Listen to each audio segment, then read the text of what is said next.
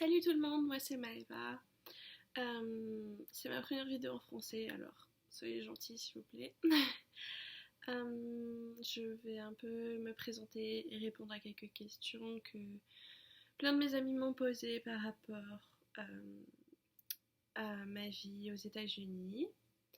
Euh, je suis française et je vivais en France jusqu'à mes 17 ans. Et à 17 ans, je suis partie aux États-Unis pour faire mes études en ayant une bourse de tennis. Et donc j'ai plein de questions auxquelles je peux répondre. Aussi,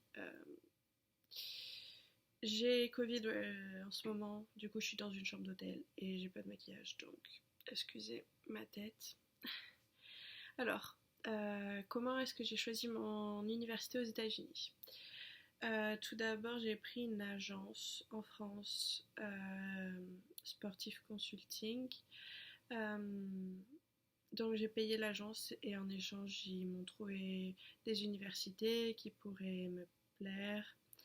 Euh, j'ai dû envoyer des vidéos de moi en train de jouer au tennis, donner tous les bulletins scolaires que j'avais. J'ai dû passer le TOEFL et le SAT.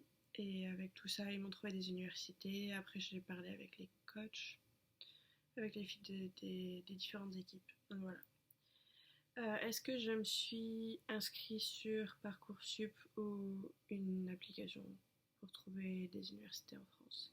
Alors oui, mes profs avaient pas du tout confiance sur le fait que j'arriverais à trouver une université aux États-Unis et que je puisse réellement partir. Je pense ils m'ont pas trop cru quand je leur ai dit ça.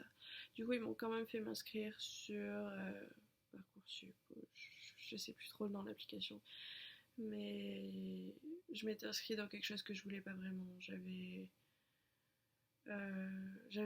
fait licence de langue étrangère parce que c'était facile d'y rentrer, mais c'était pas vraiment ce que je voulais faire parce que là, en ce moment, je suis en business. Donc commerce, études de commerce. Est-ce que les universités américaines sont aussi chères qu'on le raconte? Et si oui, comment tu finances? Alors oui, c'est extrêmement cher. Euh, Par exemple, l'université dans laquelle je suis en ce moment, c'est 45 000 dollars, donc à peu près pareil en euros, à l'année. Euh, et comment je finance? J'ai une bourse complète avec le tennis, donc je suis à 100%. Donc, à part 1 000 € d'assurance par an, je ne paye rien. C'est ça qui est cool avec le tennis. Euh, Pourquoi est-ce que tu as voulu partir faire tes études à l'étranger? Euh, j'ai toujours rêvé d'aller aux États-Unis depuis que je suis toute petite. Même 3 ans avant de rentrer au lycée, j'avais déjà dit que j'irais faire mes études aux États-Unis. Personne ne me croyait trop, mais voilà. Donc c'était mon rêve depuis toujours de venir vivre ici. Est-ce que j'étais bilingue avant de partir? Alors non, pas du tout. J'avais le niveau lycée d'anglais, donc si vous êtes au lycée, vous savez ce que ça veut dire. Je parlais pas du tout l'anglais, j'ai pas eu une bonne note au TOEFL parce que je parlais pas du tout l'anglais. Euh, Euh, non, je comprenais pas. Si je regardais des séries en américain, je comprenais pas vraiment ce que je regardais. Mais en 3 mois, on va dire que le premier mois, je comprenais vraiment rien du tout. On pouvait me parler, je pouvais pas répondre, je pouvais pas comprendre. J'étais là, je souriais parce que c'était le seul truc que je savais faire. Tous mes amis me disaient, t'avais l'air gentil, tu souriais. J'étais là, oui, c'était le seul truc que j'étais capable de faire. Par contre, j'arrivais à écrire, donc j'avais pas des mauvaises notes en classe. J'ai toujours su comment lire, enfin, comment comprendre à l'écrit et comment écrire des textes.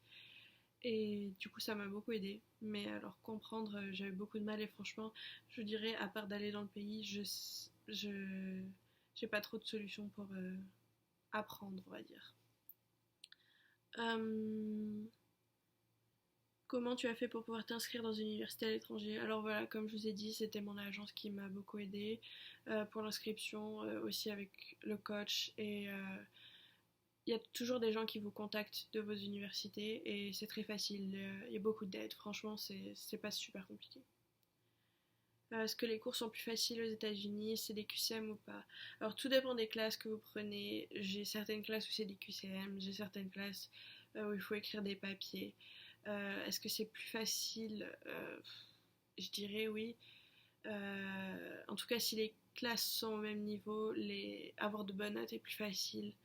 Par exemple, faire ma moyenne, elle est à plus de 90 sur 100, alors qu'en France, j'avais pas des si bonnes notes. Mais, mais oui, on va dire suivre les classes c'est pas plus facile, mais avoir de bonnes notes est beaucoup plus facile. Et en parlant pas couramment. Maintenant, je parle couramment anglais, mais au début, je parlais pas couramment anglais, j'avais quand même des bonnes notes. Et je pense pas qu'un Américain allant en France puisse avoir des bonnes notes comme ça. Euh, Est-ce que faut forcément faire un sport pour pouvoir être pris en université américaine? Alors, c'est vrai que c'est plus facile. Le tennis m'a beaucoup aidé. Je sais, j'ai des amis qui font aussi du golf, du soccer, enfin du football en France. Euh, c'est vrai que, enfin, c'est plus facile parce que ça finance. Mais non, il n'y a pas besoin de faire un sport. Vous pouvez aussi partir en étant fille au père ou en étant juste dans un programme d'échange ou quelque chose comme ça. Mais en faisant un sport, c'est plus facile. Vous pouvez aussi faire natation, course à pied. Après, les autres sports qu'il y a, c'est baseball, football, lacrosse. Ça n'existe pas en France, donc ça, je pense pas. Euh, Tu avais quel niveau en tennis pour être sélectionné?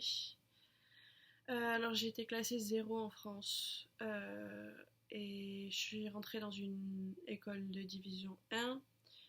Mais franchement, c'est pas obligé.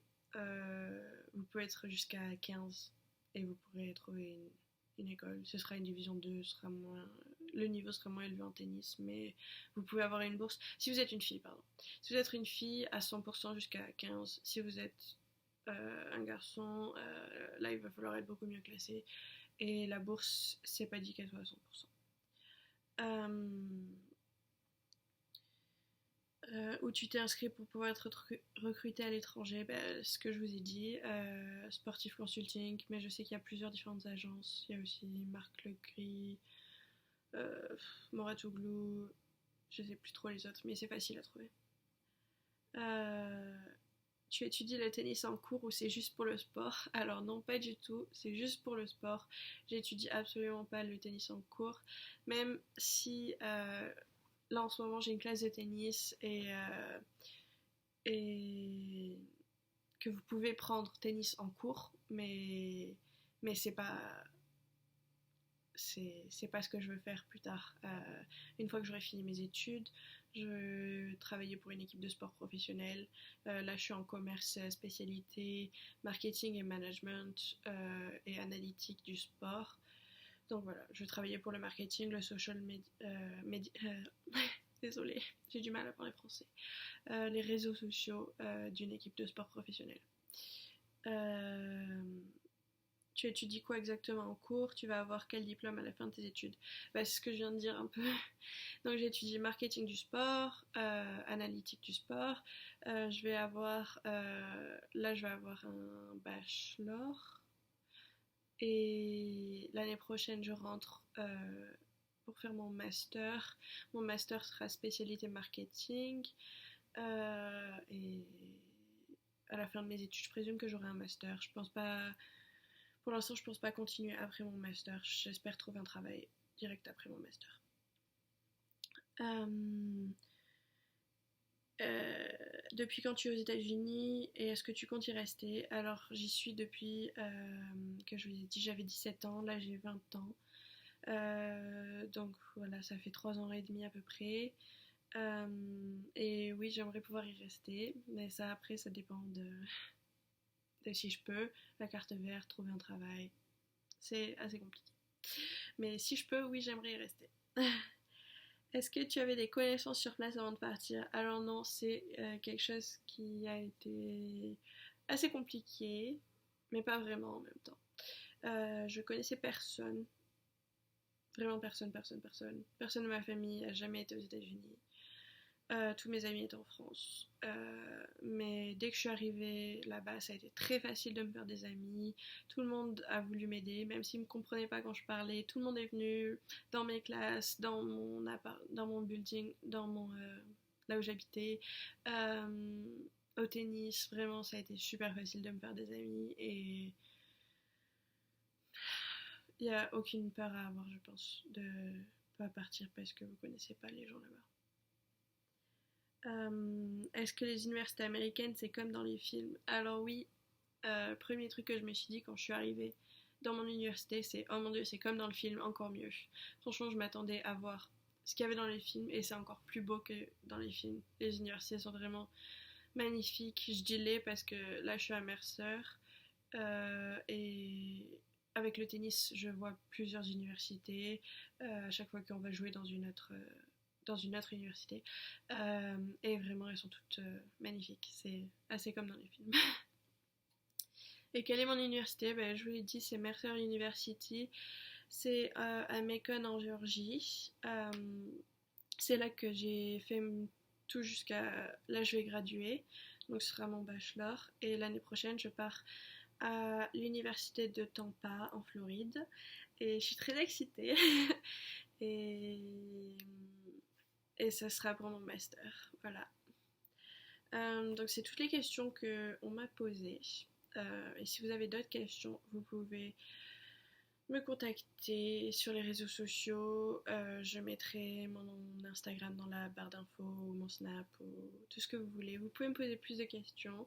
Vous pouvez me poser des questions dans les commentaires. J'hésiterai pas à refaire des vidéos. Donc si vous avez des idées de vidéos que je pourrais faire aux États-Unis, surtout n'hésitez pas. Voilà, c'est tout ce que j'ai à dire. Donc voilà, à bientôt. Bye bye. Trap money, penny. This shit got me in my feelings. Gotta be real with it.